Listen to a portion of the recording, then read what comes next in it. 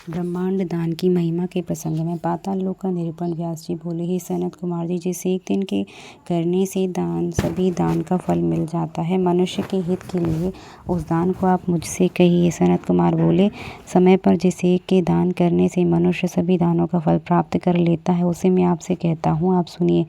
सभी दानों में ब्रह्मांड का दान निश्चय ही श्रेष्ठ है। मुक्ति की कामना करने वाले मनुष्य को संसार से पार होने के लिए यह दान अवश्य करना चाहिए। मनुष्य सभी दानों को करने से जिस फल को प्राप्त करता है, उतना ही फल ब्रह्मांड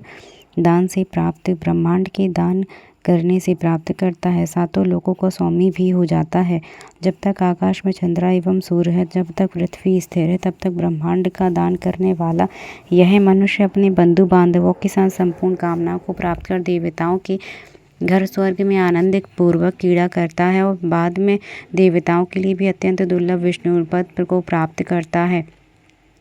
व्यास जी बोले, हे भगवान, इस ब्रह्मांड का प्रमाण, इसका स्वरूप, इसका आधार और यह जिस रूप में उत्पन्न हुआ है, यह सब मुझे बताइए, जिससे मुझे विश्वास हो जाए। सनत कुमार बोले, हे मुनि, सुनिए, मैं संक्षेप में इस ब्रह्मांड की ऊंचाई तथा विस्तार को कहता हूँ। इसे सुनकर व्यक्ति पापों से मुक्त हो जाता है।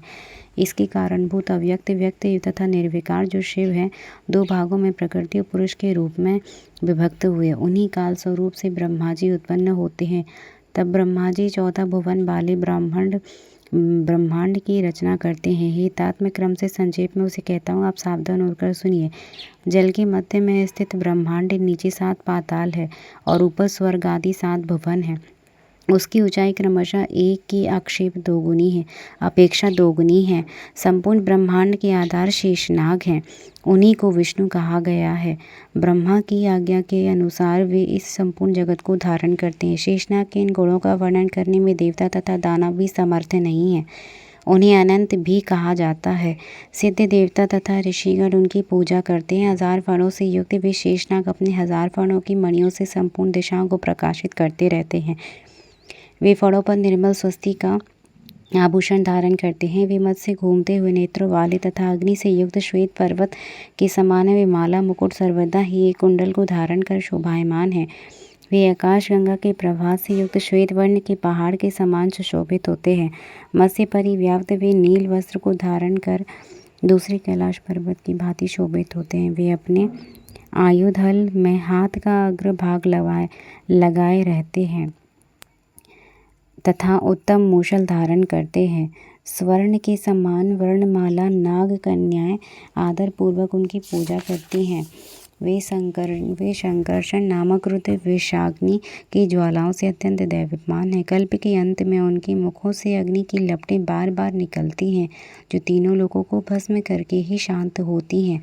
ऐसा हमने सुना है। सभी गुणों से अलंकृत तथा सभी प्राणियों के स्वामी वे शेष अपनी पीठ पर क्षिति मंडल को धारण करते हुए पाताल के मूल स्थान से स्थित हैं। देवगण इच्छा करते हुए भी उनके पराक्रम के प्रभाव का वर्णन करने में तथा उनके स्वरूप को जानने में समर्थ नहीं है। जिनके फणों में स्थित मणियों की अरुणाकांति से रंजित यह संपूर्ण पृथ्वी उनके शिरः पृष्ठ में पुष्पों की माला के समान विराजमान है, उनके पराक्रम का वर्णन कौन करेगा। जब मत से घूर्णित नेत्र वाले शेषनाग जी जम्भाई लेते हैं, तब पर्वत, समुद्र और वनों सहित यह पृथ्वी डगमगा जाती है। और हे मुनि श्रेष्ठ, प्रत्येक पाताल 10,000 योजन विस्तार वाला है। अतल, वितल, सुतल, रसातल, तलातल एवं 7वां पाताल माना गया है। विद्वानों को पृथ्वी के नीचे स्थित इन 7 लोकों को जानना चाहिए। उनकी ऊंचाई एक दूसरे से दूनी है। इन 7 लोकों की भूमि स्वर्णमय है तथा भवन रत्नमय है। आंगन भी स्वर्णमय है। उसमें दानव, दैत्य, नागों की जातियां, महानाग, राक्षस, दैत्य से उत्पन्न अन्य उपजातियां निवास करती हैं। उन पाताल आदि लोकों से लौटकर स्वर्ग आए हुए नारद जी ने स्वर्ग की सभा में ऐसा कहा था कि पाताल स्वर्ग से भी अधिक रमणीय है, जहाँ विविध प्रकार के आभूषण विभूषित करने वाली स्वच्छ और कांति में मणियां लगी हैं। उस पाताल के समान कौन लोक है?